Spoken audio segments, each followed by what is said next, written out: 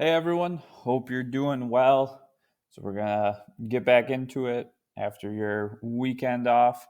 So, today, May 12th, we're gonna review Unit 5. It's a big unit, so we're actually gonna do Unit 5 twice, today and tomorrow. But the other thing, if you look at the calendar there, you are 1 week away from your AP exam. I know it's been a crazy trip or journey here to get to it, but I'm really proud of the work that a lot of you have kept or kept putting in.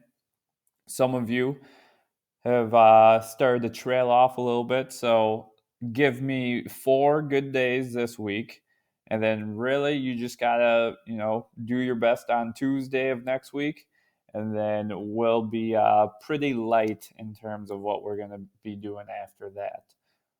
So give me 4 good days this week. You get a 3 day weekend, maybe do a little bit of review on your own.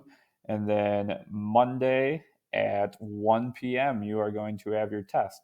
So the other thing, too, is if you haven't looked at any of those links that I keep putting on the Google Classroom post, make sure you look at that. We will go over on Friday in the video. I'll go over some of the things you gotta have ready for the test. If you have any questions, though, obviously email me. Hopefully, a lot of you feel comfortable about what the test will look like. You feel comfortable about what you have to have prepared.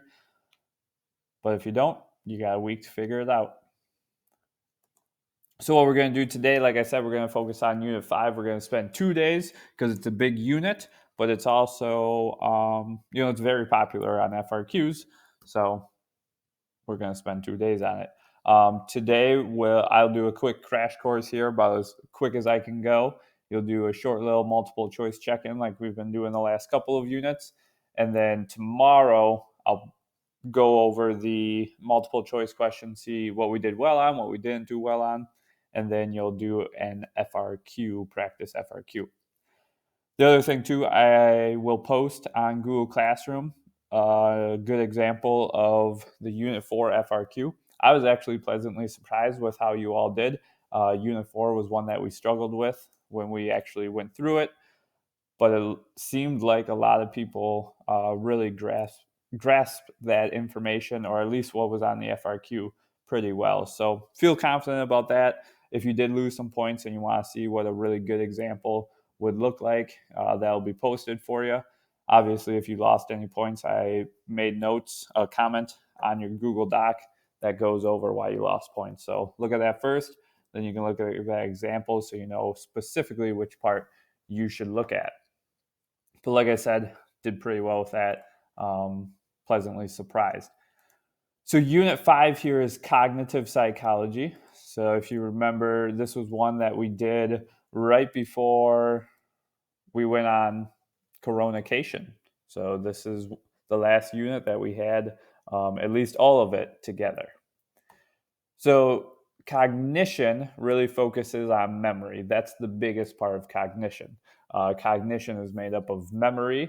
It's made up of thinking and problem solving. It includes intelligence. It includes language. And we really focused on the first three: memory, thinking, problem solving, and then intelligence.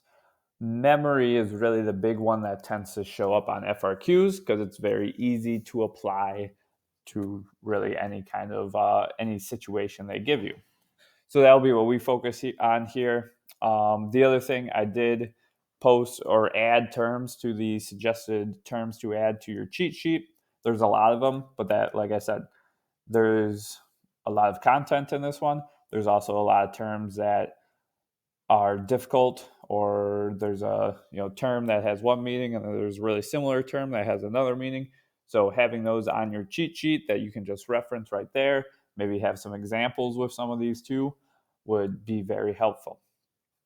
So memory here, remember, memory is talking about how we process, store, and then retrieve information. So the information processing model, the first thing is encoding. That's how we get information into the memory system.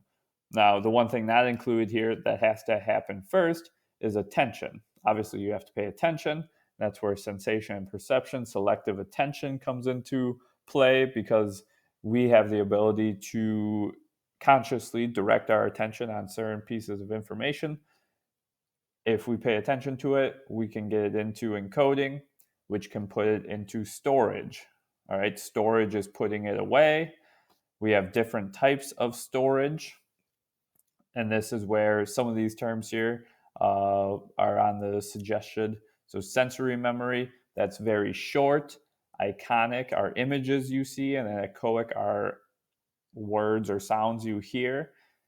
Iconic lasts for about less than 0.5 seconds. Echoic is more 3 to 4 seconds. So if you pay attention to what's in sensory memory, you can transfer that over to short-term or working memory, which has a capacity of 7 plus or minus 2. And that's where you can hold the information, you can work with it. And if you work with it, it's more likely to get passed on to long-term memory. And then retrieval is going and opening that file. Now you have to have all three to actually create a memory. Long-term memory, I'll move my face here, right in the middle. So this connects to biological psychology, the different brain structures. So we have two different types of long-term memory. We have implicit, which are processed by the cerebellum. All right, cerebellum, base of your skull there, in the back, that is going to process implicit memories. Implicit memories are unconscious. All right, so you're unaware that you're processing them. That's where we have classically conditioned associations, because those are involuntary responses, but also where we have procedural motor skills. Procedural would be, the example there, riding a bike. By now, it's become pretty unconscious to you, especially for those of you who have been going on more bike rides here lately, right? It's become a procedural skill, which a lot of times those are motor skills. Effortful processing, on the other hand, this is processed by your hippocampus, and these are conscious or explicit memories. So these are memories that you can express, that you have knowledge of. Two different types there. Semantic, those are facts. So the example here, knowing all the states, that would be a fact. Knowing dates of when popular things happened, those would be facts. And then episodic are events or experiences that happen to you. So just like episodes of a show are specific parts of a show, episodic memories are specific events or experiences that you went through. So for example, knowing that July 4th, 1776 was when the Declaration of Independence was signed, that's a semantic, because you did not live through that. No, you didn't. Episodic would be you signed your, I don't know, what did you sign? That's a good one.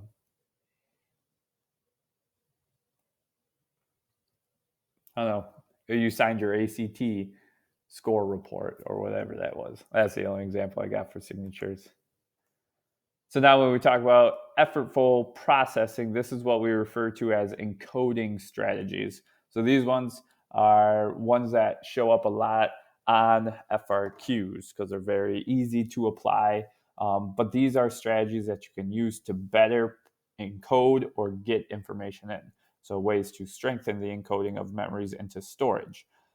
Deep processing is when we connect the information with something, or we break it down into more meaningful parts, right? So it's just deeper processing. You're going further into it.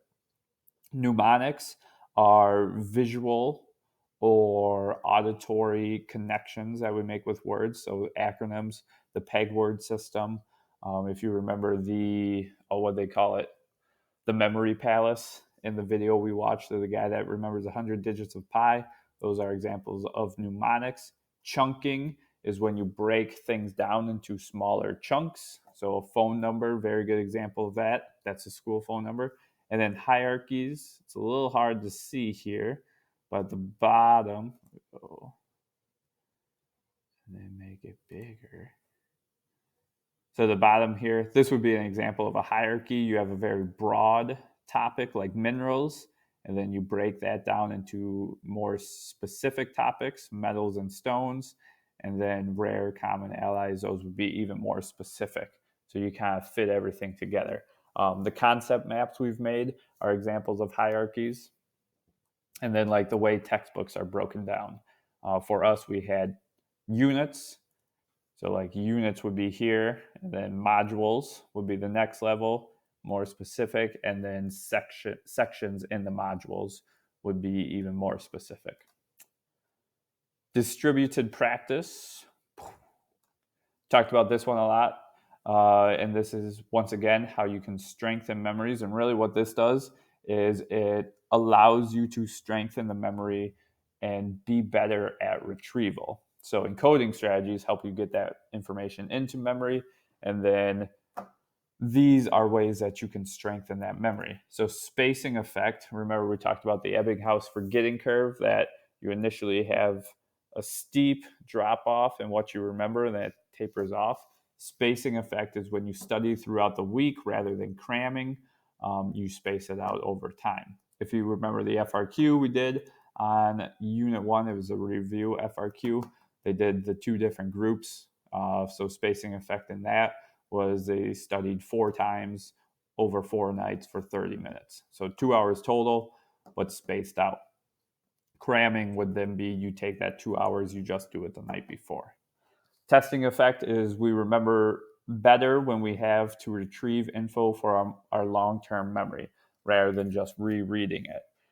So that would be the fact that doing practice problems is better than just looking through your notes. You know, right now I'm studying to, I'm going to take a strength and conditioning certification exam. So I have an app that has like 800 practice questions on it. So I read and then I do some practice questions, read, do some, and I even do focus notes. So don't think I'm just teaching you that stuff for no reason. Levels of processing, we talked about deprocessing already, but you can add those in if you want.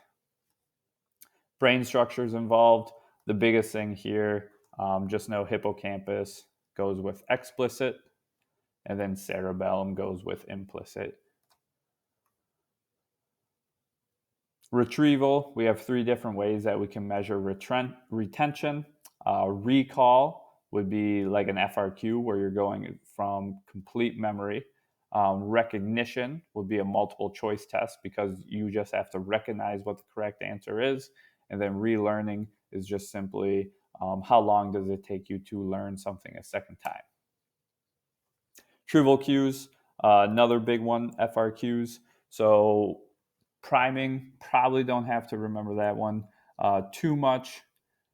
Context-dependent memory, state-dependent memory, and serial position effect are the big 3 here to know. So context-dependent memory is the idea that you will learn or you will retrieve information better if you are in the same location as when you learned it. So, you know, we kind of get the short end of context-dependent memory because we learned most of our information about AP psychology in my classroom. So as a result, you're not going to be able to use this too well. However, you know, maybe you are going to take your AP exam in your bedroom, and that's when where you've been doing all the reviewing and studying. So that might actually benefit you there. But context-dependent memory is you're in the same context, you're better at retrieving that information then. Same as the example we talked about in class was, you know, if I ask you, well, you know, if we're in the high school and I ask you, hey, what's one of your favorite memories from elementary school? You might not have a bunch of things that come back to you because you're in a high school. But if we did a field trip back to your elementary school, then all these memories would come flooding back to you because you're in the same context. State-dependent memory, similar idea, but now looking at the mental state or state of mind that you are in. So the idea here, state-dependent, is you will retrieve information better if you are in the same state of mind as when you learned it. So, for example, when people are really angry, they typically remember other times they were really angry, right? So if you've ever gotten, in your relationship with your significant other, and you've ever gotten really upset with them, and then all these times that just started rushing back into your mind when you were really mad at them, well, that's because of state-dependent memory. Mood congruent is just a more specific example of state-dependent. Mood congruent is talking specifically about mood. So the anger example would be an example of mood congruent. And then we have Nuglaris Brewing Company on there because state dependent can also be a chemical state of mind. So if you drink alcohol, you learn something, you're more likely to remember that information if you're drunk again. However, alcohol decreases the ability of your frontal lobe to work, also your hippocampus. So that's not a good idea. Serial position effect is the idea that when you have a list of information, you're more likely to remember what's first and what's last, and then you're less likely to remember what's in the middle. And then specifically, we have the primacy effect. The primacy effect is you're most likely to remember the first item, right? Primacy, it's in like the primary position. Primacy effect, you're most likely to remember the first piece of information. And then recency effect is the last piece of information because it's most recent in your mind. So serial position effect, you have primacy, and then you have recency as well. Why we forget, and this is another one that we have some terminology here that throws you off. And this was, I put these two on there for sure, would be good to put in there. So anterograde amnesia. Amnesia is when you forget information or you have memory loss. And then retrograde amnesia, it's amnesia, so we're still talking about memory loss as well.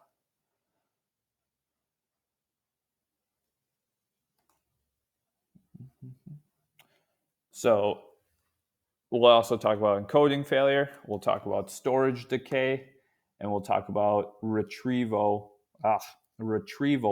failure as well. So we'll start retrieval failure because this was actually, we have some difficult terminology with this as well. So retroactive interference, all right, retroactive interference. Remember, we broke this term down by saying you're actively trying to remember old information, right? Retroactive, actively trying to remember old information, but new memories interfere. And then you can have proactive interference, which is just the opposite. You're trying to remember new information, but old information is getting in the way. Storage decay is just the Ebbinghaus forgetting curve, that if you encode information, it gets to memory, but you never use it again, you're initially going to have that steep drop off and then it levels off. Proactive interference, we talked about that. And then repression, that's one of Freud's defense mechanisms, is burying away negative memories out of conscious awareness. Encoding failure is just you didn't go through the processes needed to encode and get that information into memory. Anterograde amnesia is when you can no longer make new memories. Right, so the lady on 50 First Dates would be a good example of anterograde amnesia. Retrograde is you no longer remember old memories. Old, you forget old memories. So you can make new memories, just can't remember anything from when that's happened. And then I think that covers most of what, this is the last one. I know it's a lot, but you gotta do what you gotta do. So we have cognitive biases and heuristics. So this goes back to thinking and problem solving. When we talked about the 3 strategies for how we think or solve problems, we talked about algorithms as the first one. Algorithms are a set way of solving a problem using a step-by-step process. So like math and science classes are very much algorithm based. You have a step-by-step process for solving that problem. If you follow that process correctly, you should guarantee a solution if you did it correct. That's why teachers always want you to show your work, because if you know the algorithm, you should be able to apply that to new problems, get the correct answer. Second one we have is heuristics, which are when we use a rule of thumb or we use prior experience and we're just like, okay, that's worked before, I'm going to do it again, but it's like a quick judgment or quick way to solve the problem, which may not always get you a solution. And then the last one was insights, which is just kind of random solutions popping up in your head. Now we have some things that get in the way of us solving problems efficiently and using critical thinking. So these are cognitive biases, and then we have heuristics as well. So the 2 cognitive biases, confirmation bias, that one we talked about in Unit 1 as well. That's when you only seek out information that confirms your beliefs. So think about your Twitter, right? If you have a Twitter, it's probably filled up with people that share the same beliefs as you. So that is constantly confirming your beliefs, right? Because you're probably not filling it up with the other side of the argument. Overconfidence is the tendency to overestimate the accuracy of our knowledge and judgments. Like, for example, you think you don't need a map because you know the way, and then you get lost. Availability heuristic and representative heuristics, those are probably 2 that you want to add to your cheat sheet because they've shown up on a lot of FRQs. They're 2 terms that sometimes we get tripped up on. So availability heuristic is when we think an event is more likely because we've been exposed to it recently, it's more readily available in our mind. So if you're constantly watching the news, right? The news loves to talk about the negative things. They love to talk about violence. So you may watch the news and you might think the world is very violent, right? Because it's readily available in your mind.